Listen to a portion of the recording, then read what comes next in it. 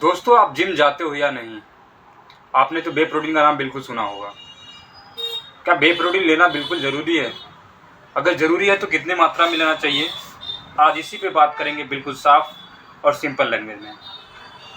सबसे पहले हम समझते हैं बे प्रोटीन क्या होता है।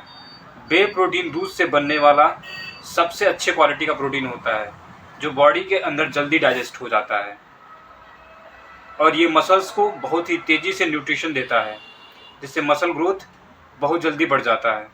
इसीलिए ये जिम करने वालों में ज़्यादा प्रचलित है। अब हम ये समझने की कोशिश करते हैं हमें बे प्रोटीन लेना ज़रूरी क्यों है।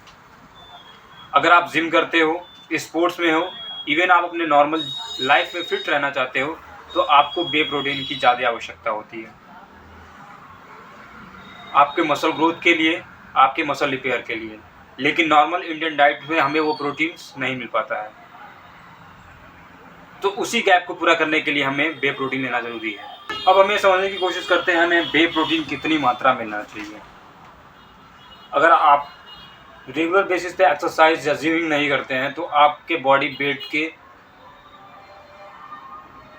1 kg के equivalent 1 gram protein per day basis पे आपको रिक्वायर होती है। जैसे कि आपका बॉडी वेट 100 किलो का है तो आपको 100 ग्राम प्रोटीन चाहिए यदि आप जिम या स्पोर्ट्स में अटैच्ड नहीं हैं।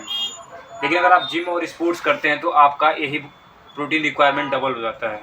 अगर आप 100 किलो के बॉडी वेट से जिमिंग या स्पोर्ट्स से रिलेटेड हैं तो आपको कम से कम 200 ग्राम प्रोटीन की पर डे आवश्यकता है। जैसा कि हमने कहा कि हमारे इंडियन डाइट्स में वो प्रोटीन नेचुरली पूरा नहीं हो पाता है, तो बे प्रोटीन इसी गैप को पूरा करता है। नॉर्मली बे प्रोटीन के एक स्कूप में 25 से 30 ग्राम प्रोटीन मिल जाता है। दोस्तों, बे प्रोटीन कोई मैजिक नहीं है, सिर्फ एक सप्लीमेंट है। असली रिजल्ट तब मिलेगा जब आप बैलेंस डाइट पे रहेंगे, रेगुलर एक्सरसाइज करेंगे।